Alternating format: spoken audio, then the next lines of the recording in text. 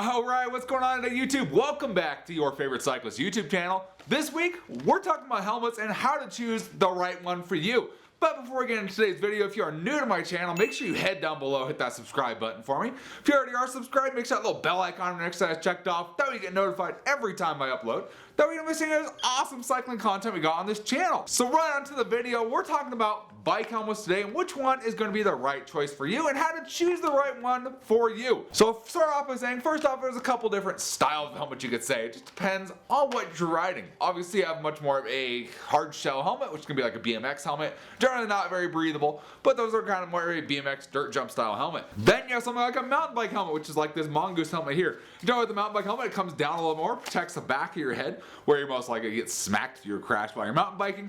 And of course, generally have a visor on it as well to prevent you from having sun or sticks or branches or anything hitting you in the face.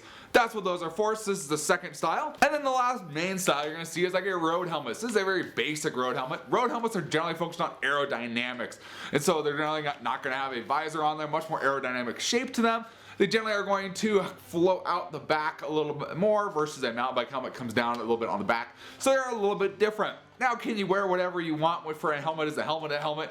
Yes, a helmet is a helmet. A helmet's going to protect your head. That's what it's for, is protect your head in case you were to crash. So any helmet's going to work either way. They're just optimized for certain types of riding and certain protection based on the riding style you're doing. So any of these helmets are going to work perfectly fine for you. So first off, we're just going to start with the most basic helmet you can get, and that's something just like this. You can probably pick one of these up from your local big box store, Walmart or whatever, maybe 20 bucks. Super cheap, super works, and there's nothing fancy about it. Now, if you watch some of my videos, watched a previous video on my channel, I actually cut one of these in half, just take a look what's inside. Essentially, there's foam and this, and that's about it. Very easy, very basic. They're pretty much made to protect your head, is all it's for. Now, is a helmet going to protect your head in 100% of circumstances? No, not necessarily. It's not going to protect you 100% of circumstances, but wearing this helmet is going to be a whole lot better than not wearing one at all. So something like this, obviously it's not aerodynamic, it's not designed to protect the back of your head super well if you were to crash while mountain biking, doesn't have a visor. You know, it has basic padding on the inside, basic straps. It does have adjustability, which if you're looking for a helmet, I would highly recommend getting one with adjustability. Makes a big difference, makes it a lot easier to adjust to make it fit your head. But something like this, not a lot of vents, very basic. So this is your basic style of helmet. This is going to be good if you're just looking to get a first helmet. This is going to be a good option for you. Now, if you're looking to get a little bit more breathability or a little lighter helmet or anything along those lines, you're going to want to step it up a little bit. So this is my Mongoose helmet. This is the one I've been testing and riding for the past 6 months or so. And it's ultimately a great helmet. This one I paid, I think it was like 40 bucks at Walmart for, so it's still on the very inexpensive side of helmets. This helmet here, as you can tell, more mountain bike, so it has a little bit more protection here on the back. Still has adjustable, and you can tell this one has a whole lot more ventilation than our first basic helmet did. Of course, also has the visor on there, a little bit more padding and protection, and then still adjustable as well. So essentially, the more you spend on a helmet, it's going to be a lighter helmet. This one is quite a bit lighter than that one there. You're going to get a lighter helmet, a little bit better, a little bit more ventilation into it, a little bit better protection, whether that's on the back of the head or around the top, wherever that might be a little bit better padded and protected there. And then of course, there are some next level up from this. I do not currently own one, but they have something called a MIPS technology in them. That essentially is a separate cage inside of here that allows your head to turn a little bit inside the helmet, so when you're crashing and move a little bit, and that will decrease the impact on your head, therefore giving you a less chance of getting a concussion or anything along those lines. So something like that is definitely nice. You know, if you're looking for safety as your #1 priority, which if we're wearing a helmet, hopefully you kind of are thinking that safety is a big thing.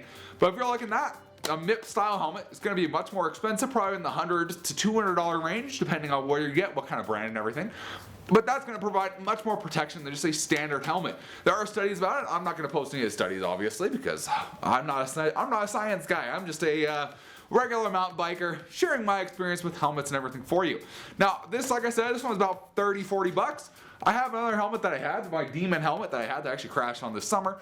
That one, it was about $80 helmet. Realistically, between the $80 helmet and this guy right here, there's not much difference. They feel about the same. There's not much, I don't feel like there's any breathability issues. I do run the largest size helmet there is because I have a big head. So that is something that makes a big difference to me. So having a big head, helmet sizes and exactly how they fit and everything makes a big difference for me personally. So having this helmet here, I can say that there is not much of a difference between this one and then something I spent about twice the money for. Are there differences as you go up the price range past that? Yeah, I definitely believe there will be. You know, they're gonna get lighter. I've held them in my hands, I've put them on my head, and I felt the difference. But for most people out there, you know, you're not gonna need a $200 helmet. You'd be perfectly fine with something under $100. It's going to protect your head and do you perfectly fine in my opinion. So hopefully you guys enjoyed the video. Hopefully you learned a little bit about helmets. Hopefully it may help you decide what helmet you want to get, and hopefully help you pick out what exact helmet might be the best choice for you. If you did enjoy the video, give it a big thumbs up. Appreciate the support. Any comments or questions, let me know down in the comments section below. Love chatting with you guys. Love answering questions you guys have. And we'll see you in the next video. Thanks for watching today.